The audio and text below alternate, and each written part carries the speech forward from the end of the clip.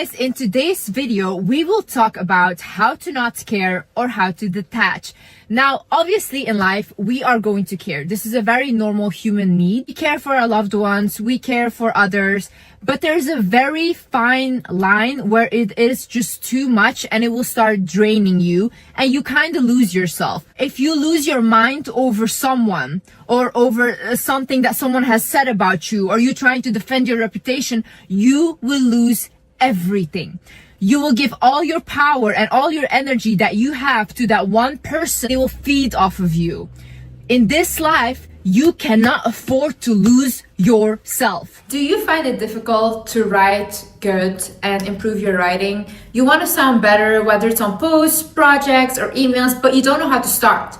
Well, it's very easy because this video is sponsored by Grammarly. Grammarly is an AI writing partner that works easily with your everyday apps, and it helps professionals write better and faster so they can get their work done. This is an example of an email we can use, and here we are going to clarify the email. Then we're going to click on correctness to correct any spelling mistakes, and Grammarly does that automatically.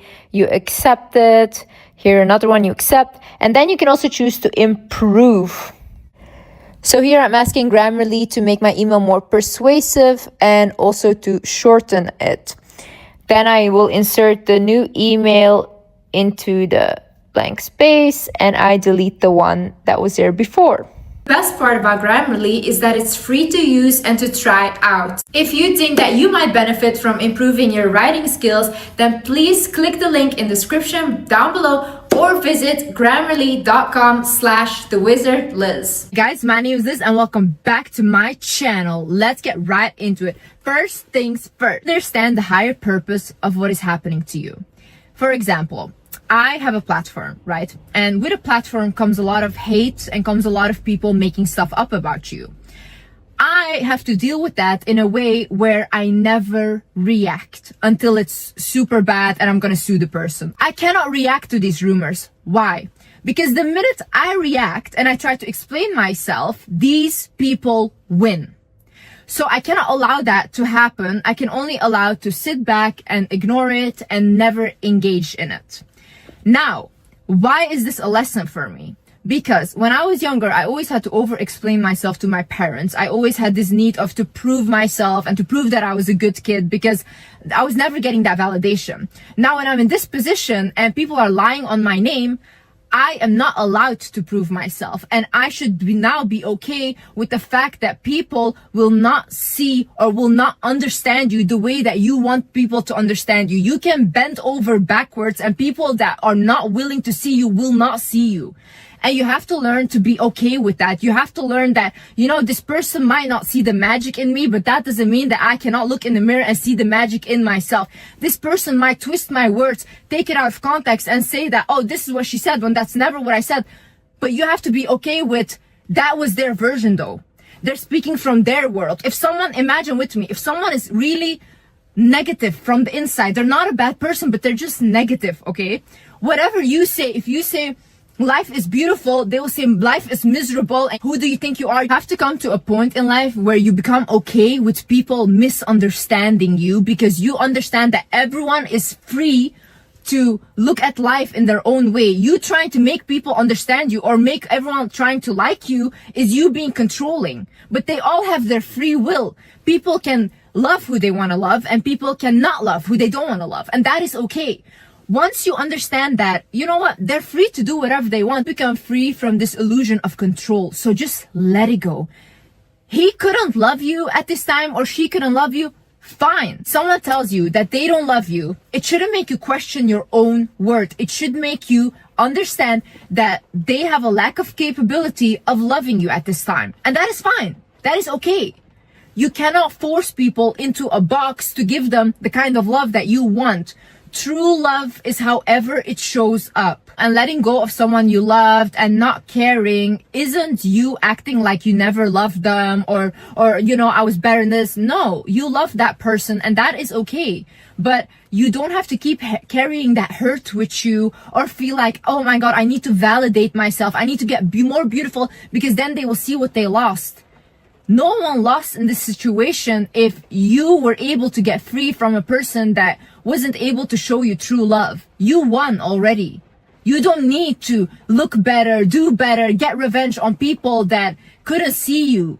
Other thing is, do not try to appear too perfect. In 48 Laws of Power, Robert Greene actually talks about this, that when you appear too perfect, you attract too many enemies and competitors because they think that you are better than them. The people that just show up authentically who they are not held to a standard or a box that they need to fit into because they create their own box. If you're a person where you are defined by your beauty and people just see you as a beautiful girl, now, if you make that your whole image and you try to appear almost perfect, you can never be caught looking not good. You always have to live up to that image, because if someone has an ugly picture of you out there, that is it. Your world is crushed.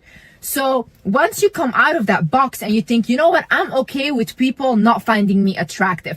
I'm okay with people thinking I'm a mean person or I'm whatever. Your soul is so free to create on its own. As long as you know from yourself, I'm a good person to myself and the people that I love and just people around me anyways. Who do you have to prove anything to? Who are these people that you are trying to prove something to? Like, it's really funny to me. Like, people will crumble at words from strangers that they have never even met. These people have never even seen you in real life. They have not even breathed the same air as you, and you will feel bad because of something that they said. Stop overthinking. Like, a lot of people, they will care too much because they overthink about situations. They think like, oh my god, I lost this friendship and now this friend's probably everywhere saying this and blah blah, and they will do this and expose this. Or like, oh my god, I lost this boyfriend because probably I was not great enough and probably I didn't have... Shut up. Quiet your mind. Literally, what are you doing to yourself? Take the situation for what it is. If someone left your life, just think like, okay, great, like, he wasn't the one for me, I wasn't the one for him, and I will find someone that is the one for me. Okay, if your friends left your life, I always say thank God. Like, thank God I saw who that person was and they're gone now because God has a great plan for me. Start thinking like that and stop overthinking situations, because the only person you're torturing is you. Honey, if you lose yourself, you lose everything. If you lose your mind, you lose everything. Look at people that lost their mind.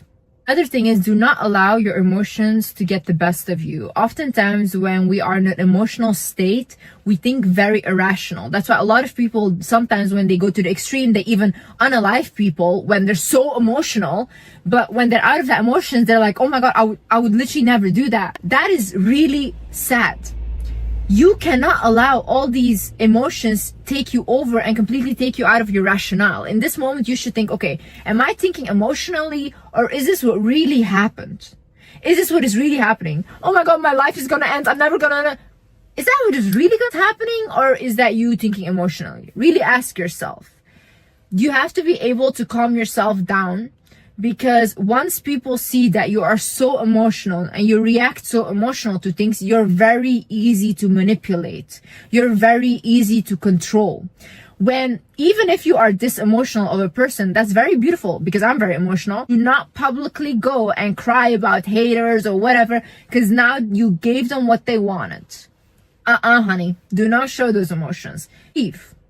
Grieve in private, grieve in silence, and in public, make sure you are composed, because all these toxic people are just waiting for someone to be as emotional as you and to get what they want from you. So understand energy exchange.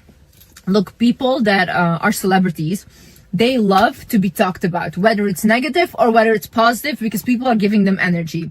They will even pay publicists to plant fake stories that are not true and that are even negative, so that people talk about them, create more drama around them.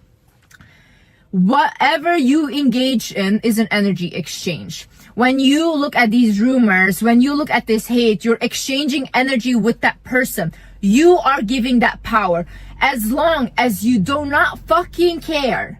Because at the end of the day, these people would literally unalive someone to be in your position, and that is just the truth, okay? No one is so invested in you for no reason. Who do you think God sides with at the end of the day? You think that God sides with people that are inciting pain and hate on someone and gossiping about them, trying to tear them down? Of course not.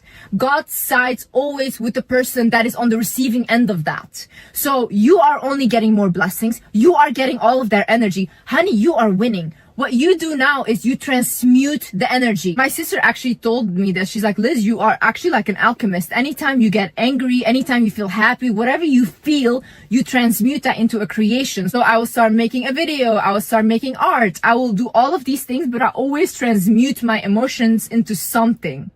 That is how you should work. Anytime someone says something to put you down, it should give you motivation to transmute that energy. All the energy that you get from drama, negative energy, it's a lot of pent-up frustration, right?